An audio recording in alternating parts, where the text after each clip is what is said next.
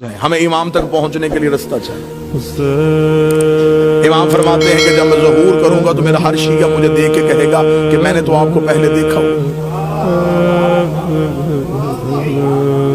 مولا فرماتے ہیں تمہارے اور ہمارے درمیان فاصلے نہیں، صرف گمان ہے جو تمہاری طرف سے ہے۔ مولا فرماتے ہیں میرے شیعہ اور مجھ تک پہنچنے کے لیے جو سب سے پہلا ایک وسوسہ ابلیس میرے ماننے والے کے دل میں ڈالتا ہے وہ یہ ہے، کہاں وہ کہاں ہم۔ معصوم فرماتے ہیں یہ پہلا خیال ہے جو ابلیس اس کے ذہن میں ڈالتا ہے۔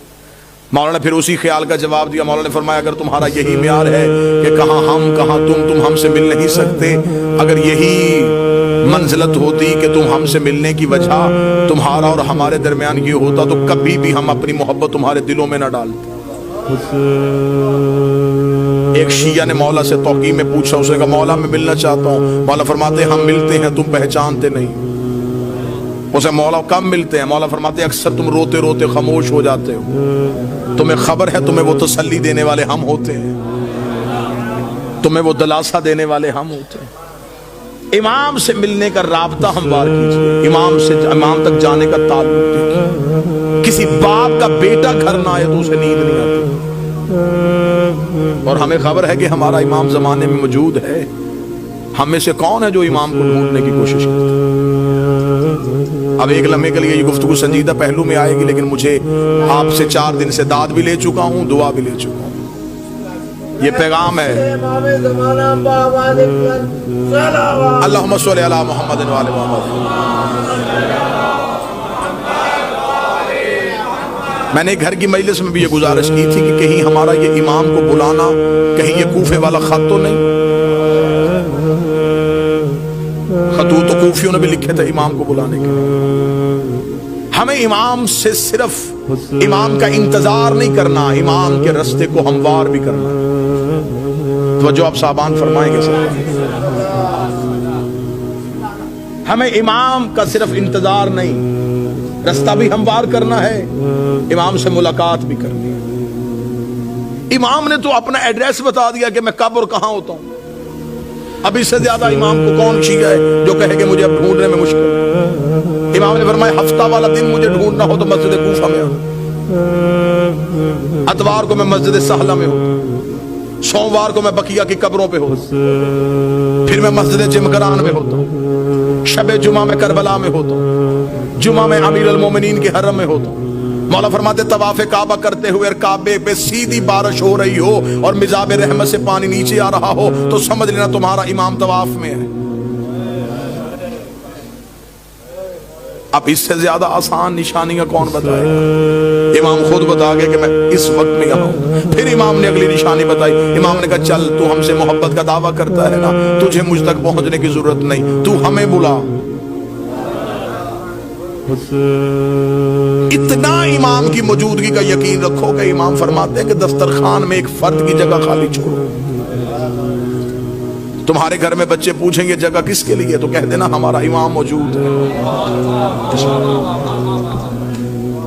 عرب کی ایک مستور برقع پہن کے سوتی تھی، مستورات نے کہا کیوں برقع پہن کے سوتی ہے؟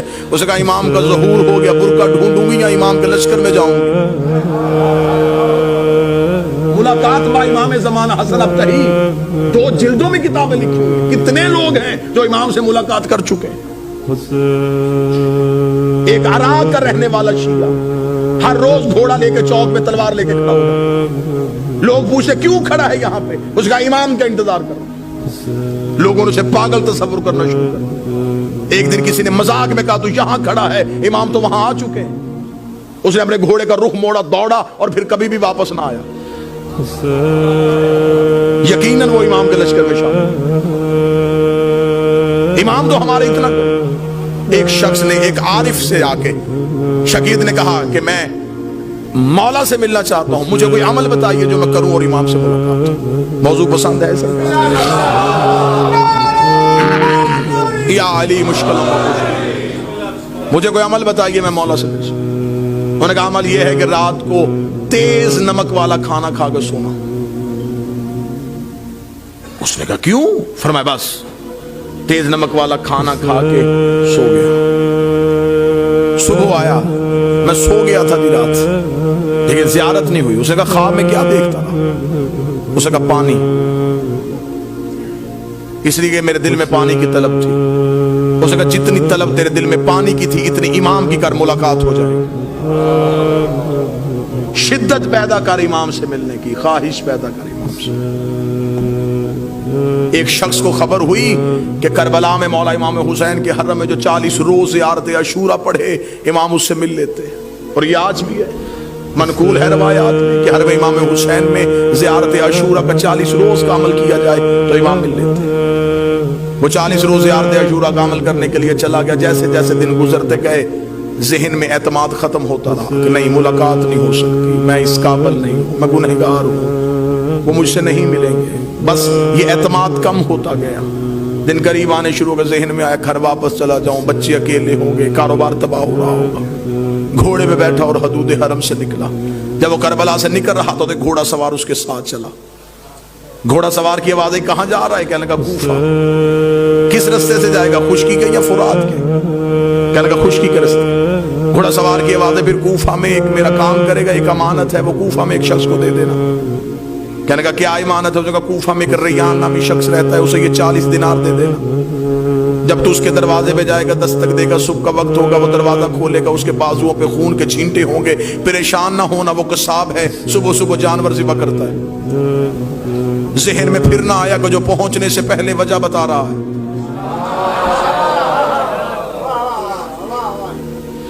اور یہ مولا سے ملاقات کا عارفین کہتے ہیں کہ سب سے پہلا جو کام ہوتا ہے جب مولا سے ملاقات ہوتی ہے, سب سے پہلے دماغ کی سوچیں وہیں پہ رک جاتی ہیں. یہ حجت سے ملاقات کی سب سے بڑی نشانی ہے.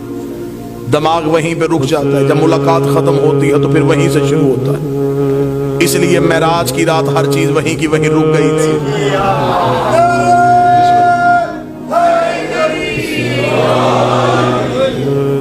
اب جب گھوڑا سوار واپس پلٹا تو اس نے آواز دے کے کہا, اس نے کہا اگر وہ پوچھے یہ کس نے دیے ہیں تو اپنا نام تو بتائیے. گھوڑا سوار کی آواز ہے, کہہ دینا بقیہ نے دیے. میرے مالک کا لقب ہے بقیت اللہ. چلا گیا, جا کے کوفہ میں صبح پہنچا, اسی قصاب کے دروازے پہ دستک دی, اندر سے وہی شخص نکلا, بازوؤں پہ خون کے چھینٹے. دیکھیں گا مجھے خبر ہے تو صبح صبح جانور ذبح کر رہا ہے.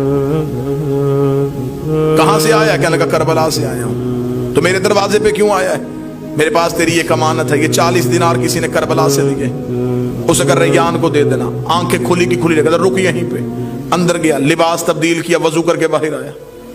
کہنے لگا زحمت ہوئی تجھے میرے دروازے پہ, میں معذرت چاہتا ہوں, تجھے اپنے دروازے پہ روک کے رکھا, میں لباس تبدیل کر چکا ہوں, وضو کر چکا ہوں, تھوڑی دیر کے لیے گھوڑے سے اتر, مجھے وہ آنکھیں چومنے دے جس سے تو نے مولا کو دیکھا ہے, مجھے وہ ہاتھ چومنے دے جس سے تو نے مولا کو ہاتھوں کو ہاتھ لگایا. یہ پریشان ہو گیا تھا, کون سے مولا ہے؟ اسے کہا یہ کیا تمہیں صاحب الامر نے نہیں دیے؟ کہنے لگا کون سے صاحب العصر؟ کیا وہ امام زمان تھے؟ اسے کہا تو وہاں مل کے آیا, تجھے پتہ ہی نہیں؟ مجھے جو جب بھی کوئی مشکل ہوتی ہے میں انہی کو بلاتا ہوں. میں نے تو ابھی رات کو کہا تھا مولا 40 دینار کا قرضہ ہے, مجھے واپس دینا ہے. صبح سے پہلے اس نے واپس بھیج دیا.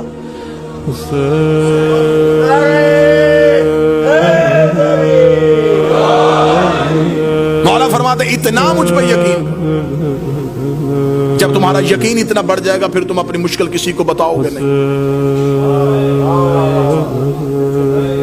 اب یہ محبت کا معیار ہے. امام فرماتے میرے شیعوں مجھ سے رات کو سرگوشیاں کیا کرو. سرگوشی کیا, تکیے کے سر رکھ کے اپنے دکھ مجھے سنایا کرو. امام فرماتے تو تکیے پہ سر رکھ کے مجھے اپنے دکھ سنا کے سو جا, صبح کا سورج طلوع ہونے سے پہلے تیرے دکھ نہ ٹالوں, مجھے بطول کا لال نہ کہنا. تو مجھ پہ اعتماد تو کرو, تو مجھ پہ یقین تو کرو, تو مجھ تک پہنچنے کا رستہ تو تلاش کرو. امام فرماتے ہیں میرا شیعہ وہ ہے جو میرا ظہور ہر روز مانگے. وہ ساری زندگی اس کی حالت ایسی رہے جیسے اس کی کوئی چیز گم ہو چکی ہے اور وہ اسے ڈھونڈ رہا ہے. شیعہ بھی اور اسے یہ بھی پتا ہو کہ میرے وقت کا امام کہیں نہ کہیں خون رو رہا ہے. پھر اس کے دل میں یہ طلب ہونی چاہیے کہ میں امام تک کسی نہ کسی طریقے سے پہنچوں. ملاقات امام سے ہے, قبلہ تشریف فرمائے. ملاقات ممکن بھی ہے, ہاں امام ملتے ہیں ہر کسی سے اس کی معرفت کے مطابق. اس کے عرفان کے مطابق آئیں گے ضرور، بلاؤ صحیح آئیں گے ضرور۔ چلے میں تحفہ دوں آج کی آخری مجلس میں، ہدیہ دوں۔ مولا فرماتے جس دن تم چاہو کہ تم مرنا نہیں چاہتے، جس دن تمہارا جی زندہ رہنے کے لیے ہو کہ آج میں زندہ رہنا چاہتا ہوں، عمل یہ ہے مولا فرماتے اس روز آنکھ کھلے تو اٹھتے ہی، بلکہ یہ روز کا معمول بناؤ، آنکھ کھلتے ہی السلام علیکم یا صاحب العصر والزمان، اے میرے وقت کے امام تجھ میں میرا سلام، اللہم صلی علی محمد وآلہ سائل نے کہا مولا کریں گے سلام تو موت کیسے نہیں آئے گی؟ امام نے فرمایا سلام سنت ہے، جواب دینا واجب ہے۔ تم سلام کرو گے وہ جہاں بھی ہے واپسی میں جواب دے گا علیکہ السلام۔ جب وہ کہہ دے سلامتی ہو تو پھر موت کیسے آ سکتے؟ اب امام تک پہنچنے کا رستہ کس نے تعین کرنا ہے؟ جب حجت موجود ہو تو پھر ہمیں غیر کے دروازے پہ جھکنے کی ضرورت نہیں۔ سرکار صادق بادشاہ کا دور تھا، اللہم صلی علی محمد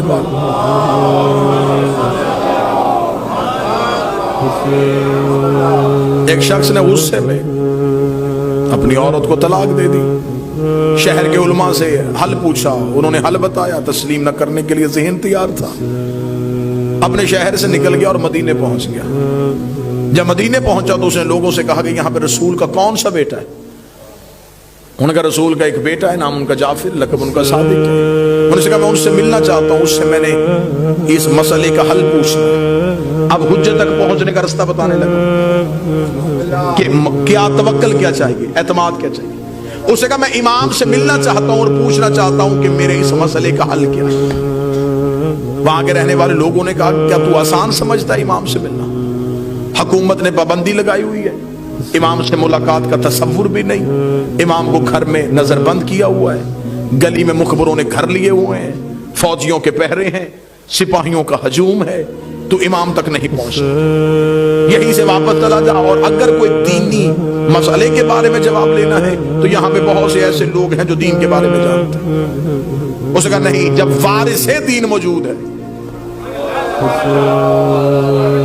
تو پھر میں کیوں کسی کے پاس ہوں؟ انہوں نے کہا پھر تو ان سے تو نہیں مل سکتا، ان سے تو ملنے پہ پابندی ہے۔ میں واقعہ پڑھتا جاؤں گا اور آپ نے آج کے دور میں اسے دیکھتے چلے جانا یہ کہاں کہاں نشانیاں دے۔